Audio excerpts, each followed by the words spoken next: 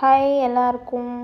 So இன்றைக்கி வந்து நாங்கள் வீட்டில் வந்து நான்வெஜ் வந்து பண்ணலை. பிகாஸ் இன்றைக்கி சிவராத்திரினால. ஸோ எல்லாத்துக்கும் ரொம்ப பிடிச்ச டிஷ் தான் வந்து நாங்கள் இன்றைக்கி பண்ணோம். அது வந்து சப்பாத்தியும் சன்னா மசாலாவும். ஸோ அது எப்படி ஈஸியாக பண்ணலான்னு பார்க்கலாம். ஸோ ஃபஸ்ட்டு வந்து சப்பாத்திக்கு வந்து டோ வந்து ரெடி பண்ணி வச்சுக்கிட்டோம். அப்புறம் சுண்டல் வந்து ஒரு 6-7 விசில் வந்து வேக வச்சு எடுத்து வச்சுக்கிட்டோம். ஸோ தேவையான இன்க்ரீடியன்ஸ் வந்து பார்த்திங்கன்னா டொமேட்டோ அண்ட் வெங்காயம் வந்து கட் பண்ணி எடுத்துக்கணும். அண்ட் மசாலா வந்து கொஞ்சம் வரமிளகா, கரம் மசாலா, கொரியாண்டர் பவுடர், அப்புறம் சன்னா மசாலா. அது இல்லாமல் பூண்டு, இஞ்சி கொஞ்சம் எடுத்துக்கிட்டு கொஞ்சம் கேஷ்யூ நட்ஸ் வந்து எடுத்து வச்சுக்கிட்டோம். ஸோ ஃபஸ்ட்டு வந்து ஒரு பேனில் வந்து வெங்காயம், தக்காளி போட்டு நல்லா வறுத்துக்கிட்டு, நல்லா ரொம்ப வறுக்க தேவையில்ல, ஒரு மீடியமாக வறுத்ததுக்கப்புறம் எல்லா மசாலாஸையுமே ஆட் பண்ணி ஒரு மிக்ஸ் கொடுத்துருங்க. ஸோ நல்லா மிக்ஸ் பண்ணிவிட்டு ஆற வச்சிடணும். ஆற வச்சதுக்கப்புறம் என்ன பண்ணணுன்னா, ஒரு மிக்சியில் போட்டு நல்லா கிரைண்ட் பண்ணி எடுத்துக்கோங்க.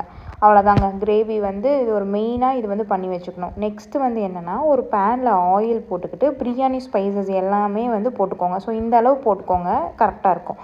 ஸோ போட்டுக்கிட்டு ஒரு மிக்ஸ் கொடுத்ததுக்கப்புறம் நம்ம அரைச்சி வச்சுருக்கோங்க இல்லைங்களா, அந்த மசாலா மிக்ஸை வந்து ஆட் பண்ணிவிட்டு நல்லா ஒரு கொதி வந்ததுக்கப்புறம் சன்னாவை வந்து ஆட் பண்ணிக்கணும்.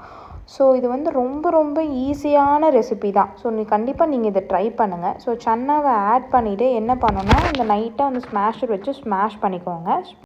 பண்ணிவிட்டு மறக்காமல் வந்து கஸ்தூரி மேத்தி கேள்விப்பட்டிருப்பீங்களே, ஸோ அதை வந்து லைட்டாக ஆட் பண்ணிவிட்டு, அண்ட் இதில் ஒரு சீக்ரெட் இன்க்ரீடியன்ஸ் என்னென்னு பார்த்தீங்கன்னா சுகர்.